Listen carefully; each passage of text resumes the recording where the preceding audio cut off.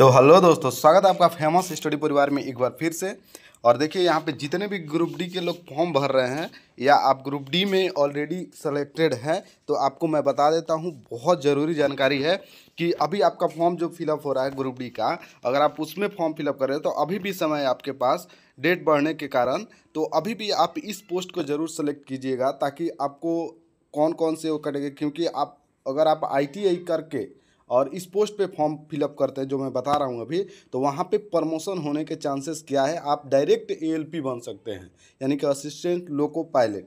ठीक है, तो यहाँ पे प्रमोशन कर दिया जाता है डायरेक्ट टू डायरेक्ट। तो चलिए हम इस वीडियो में उसी बात को समझते हैं। और यहाँ पे एक वैकेंसी आई है जो जोन में, और वहाँ पे क्या कैटेगरिया है इनका जो क्वालिफाइंग करने का, और डिपार्टमेंटल के थ्रू आई है, और इसमें सभी लोग नहीं जा सकते, इसमें कुछ कंडीशन है तो उसको भी देखेंगे। तो चलिए, उससे पहले अगर आप हमारे चैनल पे पहली बार विजिट कर रहे हैं तो चैनल को जरूर से जरूर सब्सक्राइब कीजिएगा पल पल के अपडेट।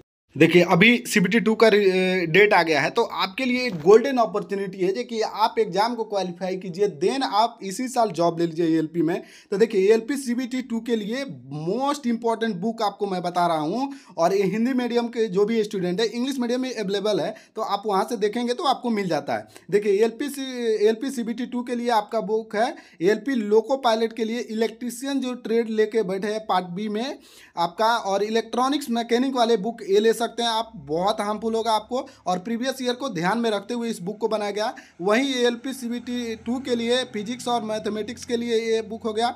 वहीं आपको फीटर ट्रेड जिनका है वो ये बुक लेके प्रैक्टिस बुक है, आप अभी तक पढ़ रहे होंगे तबातोड़ प्रैक्टिस में लग जाइए। वहीं फिर बात करें तो आपको यहाँ पे ए वाला बुक देखिए, ALP में CBT 2 प्रैक्टिस आपका फिर से आ गया है, और पार्ट A का देखिए यहाँ पे दिया गया है, प्रैक्टिस वर्क बुक आपको दिया गया है। और यहाँ पे जब ये आप बुक लेते हैं तो आप पार्ट A का जो जितने क्वेश्चन है सॉल्व कर सकते हैं, वो भी ओल्ड जो TCS पैटर्न कराती है सेम पैटर्न पे अपने तैयारी को आप जा सकते हैं, जिसमें 17 सेट आपको इंक्लूडेड है। वहीं जो आप बेसिक साइंस जो बहुत ज़्यादा आपको मतलब कि नंबर यहाँ पे लगभग 30 से 40 मार्क्स आपको ये कवरअप करने वाली है, तो ये बुक आपके लिए बहुत ज़्यादा इंपॉर्टेंट होगा CBT 2 के लिए। तो इस बुक को आप मार्केट से ले सकते हैं, अदरवाइज आप ऑनलाइन भी और ऑफलाइन भी परचेज करते हैं किसी भी नज़दीकी बुक स्टोर पे, लिंक डिस्क्रिप्शन में, वहाँ से जाके ऑनलाइन भी परचेज कर सकते हैं।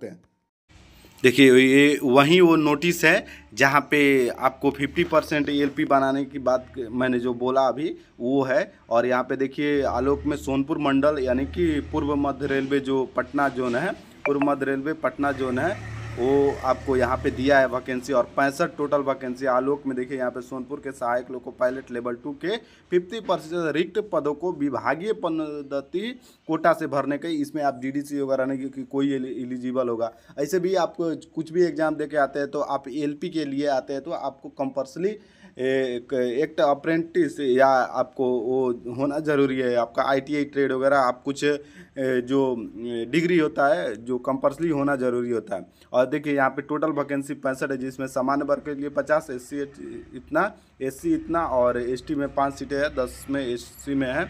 तो यहाँ पे देखिए क्या नियम और शर्तें हो सकती है।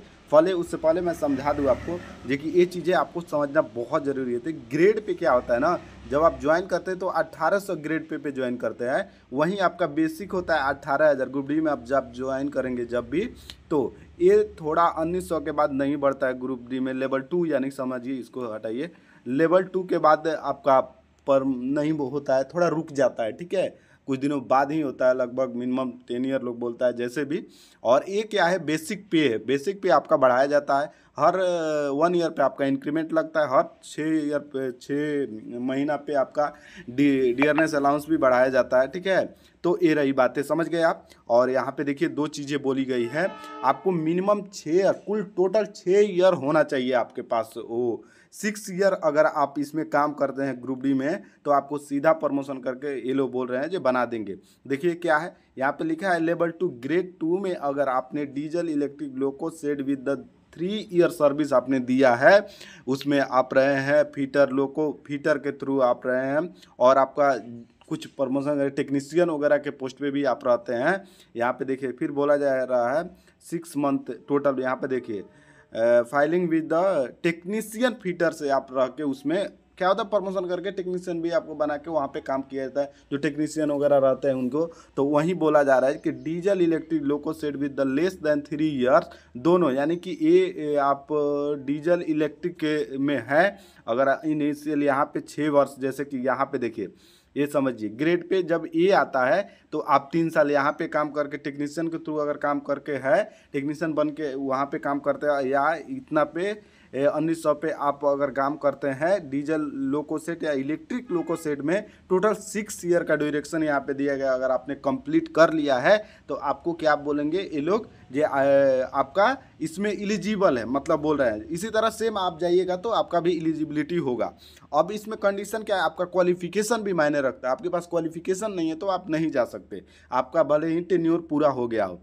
अब देखिए यहाँ पे क्वालिफिकेशन की क्या बात की गई है, तो यहाँ पे देखिए, एंड यहाँ पे देखिए 6 year in diesel electric loco said है been the qualification of the course CCA, जो अप्रेंटिस है वो लोग होना चाहिए, mechanical, electrical, electronics engineering trade of the matriculation with ITI additional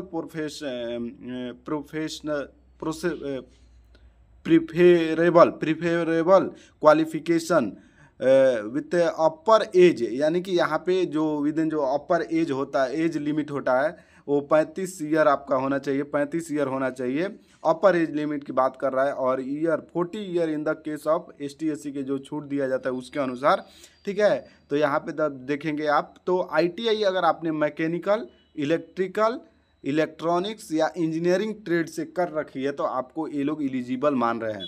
तो इन ट्रेड से अगर आप किए हैं तो पक्का आप देखिए स्कोप है, ALP आप बन सकते हैं आराम से, तो उसको फर्स्ट प्रेफरेंस रख के आप चले जाइए। अदरवाइज देखिए पॉइंट्समैन रख सकते हैं, उसके बाद इसको रख दीजिए, पक्का होगा जॉब अगर आपने ITI किया है तो, ठीक है। और वहीं आपने CCA किया है तो आपको CCA इन मैकेनिकल, इलेक्ट्रिकल और इलेक्ट्रॉनिक इंजीनियरिंग से आप किए हैं CCA, राइट। यहाँ पे qualification with the upper age limit, हाँ ट्रेड में ITI, CCA तो आप एक जैसे करते हैं वैसे है, और ये ट्रेड बोला जा रहा है mechanical, electronic, electronics engineer, electrical जो भी है उसमें अगर आप करके हैं तो आप एलिजिबल हैं। फिर उसके बाद सहायक लोको पायलट के लिए आपका मेडिकल स्टैंडर्ड ये होना चाहिए। वैसे कर्मचारी जिनका अनुरोध अन्य रेलवे मंडल में हस्तांतरण हुआ है तथा वरीयता की इकाई शामिल किए गए, उनके चयन भाग लेने के लिए न्यूनतम सेवा अवधि की गणना करेंगे। ये सब छोड़ दीजिए आप, बस आपका क्वालिफिकेशन है आप देखेंगे, और उसमें जो भी आपका होता है चयन की प्रक्रिया में आपको देना होगा पक्का, उसमें ज़्यादा कुछ नहीं होता है। सहायक लोको पायलट चयन प्रक्रिया में जैसे एप्टीट्यूड टेस्ट होता है, एक ही एग्जाम होता है, लिखित परीक्षा 50 अंकों की होती है, सेवा रिकॉर्ड का मूल्यांकन होता है 30 अंकों का, फिर एप्टीट्यूड टेस्ट 20 अंकों का होता है। ऐसे करके आपका टेस्ट वगैरह लेता है, ये जब आप क्वालिफाइंग करेंगे उसके बाद की चीज़ है। आई होप कि आपको मैंने समझाने की कोशिश की तो आप समझ पाए। मिलते हैं किसी नेक्स्ट वीडियो में, तब तक के लिए बाय, जय हिंद, वंदे मातरम।